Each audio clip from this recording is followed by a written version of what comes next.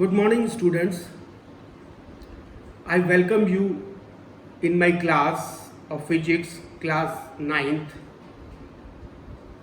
And today I will discuss you about my episode number 5, which includes the derivation of the equations of motions by graphical method. In my previous episode, I have already described you regarding the three equation of uniformly accelerated motions by the analytical method. So there we have used the analytical method to derive the three equations of motions, and the three equations of uniformly accelerated motions were: first equation of motion was v is equal to u plus at, where v is the final velocity, u is the initial velocity, a is the acceleration, and t is the time taken. And the second equation of motion was s is equal to ut plus half at square, where s is the distance covered by the body, and u, t and a are having the same sense as I have already told you. The third equation of motion was v square is equal to u square plus 2as. Now, in today's episode, I will describe you the derivation of the equations of motion by graphical method. So, the derivation of first equation of motion by graphical method, and the first equation is v is equal to u plus at. So now we will describe the derivation by the graphical method. So now for the derivation of first equation of motion, consider the velocity time graph. We have considered the velocity time graph as shown in the figure, and suppose u is the initial velocity of the body at point A. This is the point A where the body, the initial velocity of the body is u, and its velocity changes at a uniform rate from A to B in time t.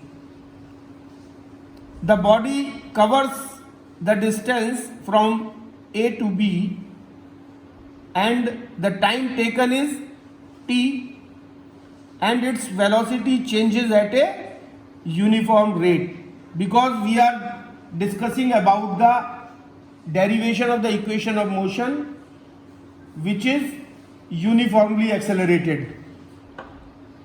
So there is a uniform acceleration a from A to B. Since the velocity changes at a uniform rate, this means there is a uniform acceleration a from A to B. Now v is the final velocity at point B. At point B, this v is the final velocity after time t. So this u is the initial velocity and the v is the final velocity. Now coming, therefore here as per the Vt graph, this is velocity time graph. So as per this velocity time graph, initial velocity of the body is u, as shown in figure, this OA. This OA is the initial velocity of the body, which is represented by u, and the final velocity of the body when it comes to B position, the velocity will be final velocity and this final velocity of the body is v, and which is equal to bc. Now the time taken by the body reaching from A to B is t. The time taken for the body A to B is t. This is the time taken, and the body reaches from point A to B. From the graph, it is clear that BC is equal to BD plus DC. This BC is equal to BD plus DC as shown in the figure, and BC, as I have already told you, that BC is equal to final velocity. So we can write down here as a V. So V is equal to BD plus DC. Now, but we know that this DC is equal to OA is equal to U, which is the initial velocity of the body. So we can write down this DC is equal to OA is equal to U. So now this equation becomes V is equal to BD plus U, and this is the equation number 1 for this derivation. Now we have to find out BD. We have to find out this BD. We know that the slope of velocity time graph gives the acceleration. The slope of the velocity time graph, this is theta. The slope of this velocity time graph gives the acceleration. So acceleration A is equal to slope of AB, which is equal to, slope means tan theta, and tan theta means perpendicular upon base. So for this graph, tan theta is equal to perpendicular is BD, BD is perpendicular, and AD is the base. So BD upon AD is equal to, BD we will write here as a BD, and this AD is the time taken by the body to reach from point A to B. So we will write here AD is equal to T. So from this equation BD is equal to AT. Now putting this BD is equal to AT in equation number first. So we will get V is equal to U plus, in place of BD we can write AT. So this is the first equation of motion, which is derived by the graphical method. Now coming to the second equation of motion. So this is the proof of the second equation of motion by the graphical method. So now suppose a body travels a distance s in time t. So what will happen? Distance travelled is equal to area of the figure OABC. Distance travelled by the body is given by the area of the figure OABC, and this area of this OABC can be divided into two parts. That is, one is rectangle, this is OADC, this is a rectangle, and the other is triangle, that is A, B and D. So distance travelled is equal to area of figure OABC, and this is divided into two parts, that is area of the rectangle OADC plus area of triangle ABD. Now first we will calculate the area of the rectangle. We know that the area of rectangle is equal to the length into breadth. So area of rectangle OADC is equal to OA into OC, that is length into breadth. And for this OA we can write down OA is equal to U, that is initial velocity, and OC is the time taken. We can write here as a T. So area of rectangle is equal to UT. Now we will find out the area of the triangle ABD. We know that area of the right angle is equal to half into perpendicular into base. So half is equal to half into AD, that is base, into BD, that is perpendicular, or you may call it height, is equal to half into this AD is equal to T and BD is equal to AT. So we have already calculated this BD. BD is equal to AT. So from here we can get the value of BD, and which is equal to the AT. So now the equation will be the distance travelled is equal to UT plus half AT square, and which is equal to S. So this is the second equation of motion which is derived by the graphical method. Now the next point is to derive the equation of motion by graphical method, that is the third equation. So the derivation of third equation of motion, and the third equation of motion is V square is equal to U square plus 2AS. Now we will derive it by the graphical method. So now we have just seen that the distance travelled S by a body in time t is given by the area of the figure OABC, which is a trapezium. This figure OABC is a trapezium. So the distance travelled S is equal to the area of the trapezium OABC, and this S is equal to area of the trapezium. We know that the area of the trapezium is equal to sum of parallel sides multiplied by height divided by 2. So now the sum of the parallel sides, here the parallel sides are OA and CB. This OA and CB are parallel, and multiplied by the height, and the height is OC. OC is the height. So now we can write here as OA plus CB, that is the sum of the parallel sides, multiplied by height, that is OC, divided by 2.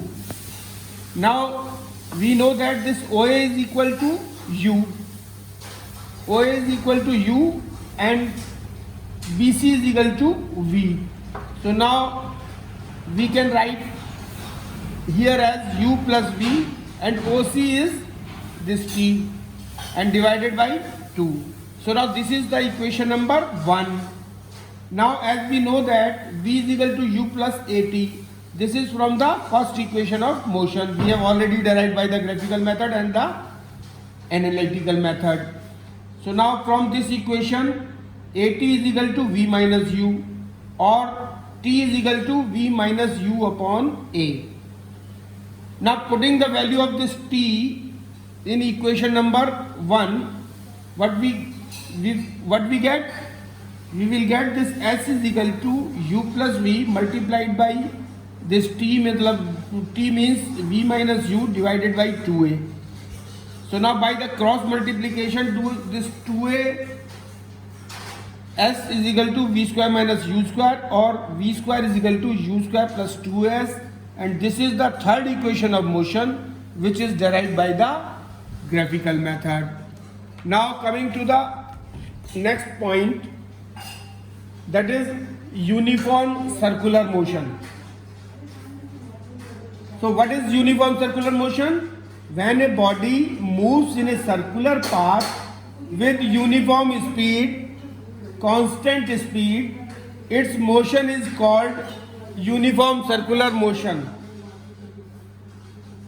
It is possible for a body to move in a circular path with uniform speed or constant speed, as long as it is traveling equal distance in equal interval of time. So circular motion, what is uniform circular motion? When a body moves in a circular path with uniform speed. Uniform speed means constant speed. Its motion is called uniform circular motion. Now it is possible, this is a very important point. it is possible for a body to move in a circular path with uniform speed or constant speed as long as it is traveling equal distance in equal interval of time. But the next point is another important point. But the velocity of the body moving in a circular path with uniform speed or constant speed is not uniform, because in a circular motion the direction of motion or direction of speed keeps on changing continuously. So at the time of circular motion, what happens? The direction of motion keeps on changing continuously. Since now the third point is, since the velocity changes due to continuous change in the direction, therefore the motion along a circular path is said to be accelerated. Now we will understand this circular motion, uniform circular motion, with an example. Suppose we are having a thread and whose one end and the one end of the thread is tied with a stone and the other is holding by the person. So now suppose we are rotating this stone which is tied with the thread in the clockwise direction. So now at the point A, if we see that the direction of the motion is towards the east, and when the stone comes to the point B, we see that the direction of speed or the direction of motion of the stone is towards the south, and this is the direction is given by the tangent to the circle at point A, and this is the direction of the speed to the circle at the point B, and the stone is moving in a clockwise direction. So what will happen? A force is needed to produce circular motion, and this force is known as centripetal force. This centripetal force is provided by the hand of the person holding the thread. So the centripetal force is responsible to produce the circular motion. Now example of uniform circular motion. The first example is earth moves around the sun. The second example is moon moves around the earth. The third example is motion of satellite around the earth. And the fourth example is the tip of the seconds hands of a watch. Now the last point, that is the speed of the body moving in a uniform circular motion. So now we know that speed is given by the distance upon time, and this speed is given by v, and which is equal to the distance covered in completing one revolution, that is equal to the circumference of the circle, and which is equal to the 2 pi r, and divided by time t. So v is equal to 2 pi r upon t, where v is the speed, r is the radius of the circle, and t is the time taken to complete the revolution.